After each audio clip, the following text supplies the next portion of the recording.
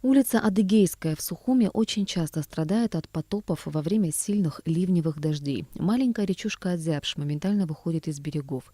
Жители этой улицы очередной раз пережили потоп 29 августа, а в одной из пятиэтажек полностью сорвало крышу, которая была отремонтирована в 2010 году в рамках российского комплексного плана. Дом по улице Адыгейская, 3А, находится в ведомстве управления железной дороги, и, соответственно, работы по ремонту кровли тогда проводились именно этим ведомством. По словам директора фирмы «Стройснабсбыт» Руслана Аршба, ремонт крыши был произведен с нарушением технологических норм. 15 на 70, то балки должны быть. А это 40-ка сделано. Во-первых, сделано наскатными было сделано. Не было не закреплено. Было так. Нарушение технологических Вообще не было соблюдено. Было нарушено. Проволока, четверка была завязана местами. Просто прицепили, там какие-то арматуры маленькие торчали, так прицепили и все. Больше ничего не было сделано. Когда наша съемочная группа на третий день после разгула стихии приехала на место, то в доме по потолкам и стенам все еще текла вода, которая просочилась даже до первого этажа здания. Мы застали ужасающую картину. Повсюду разбитые стены, плесень, провисающая электропроводка, представляющая опасность для жизни.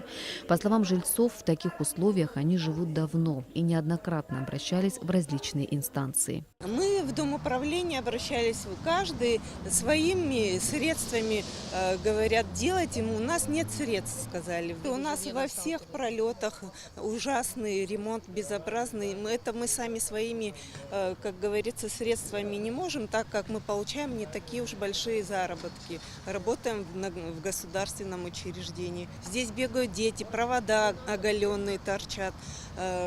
Много пролетов, где обсыпается штукатурка, и страшно выводить детей на площадку. Проводка, вода – это постоянная проблема. Мне рассказывали еще до того, как я сюда приехал жить, что все было намного хуже, что весь первый этаж практически всегда был в воде.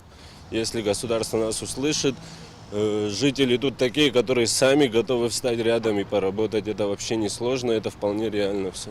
Мы обратились в управление железной дороги, в ведомстве которого находится жилой дом.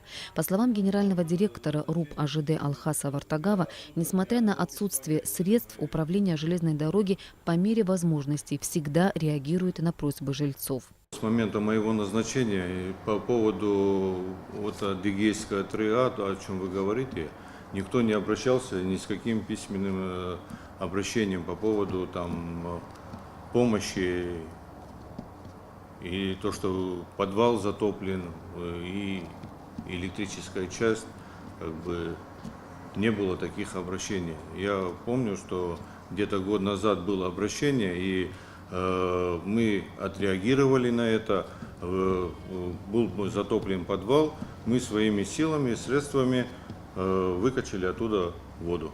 Раньше, еще до Отечественной войны народа Абхазии, в этом здании располагалось общежитие. По словам управляющего домами Джумбера Габуния, после войны пригодными для жилья были признаны только 3 этажа. Последние 2 были непригодны из-за того, что протекала крыша. В 2010 году она была отремонтирована. Все работы были выполнены качественно, утверждает Габуния. На сегодняшний день в доме проживает 36 семей.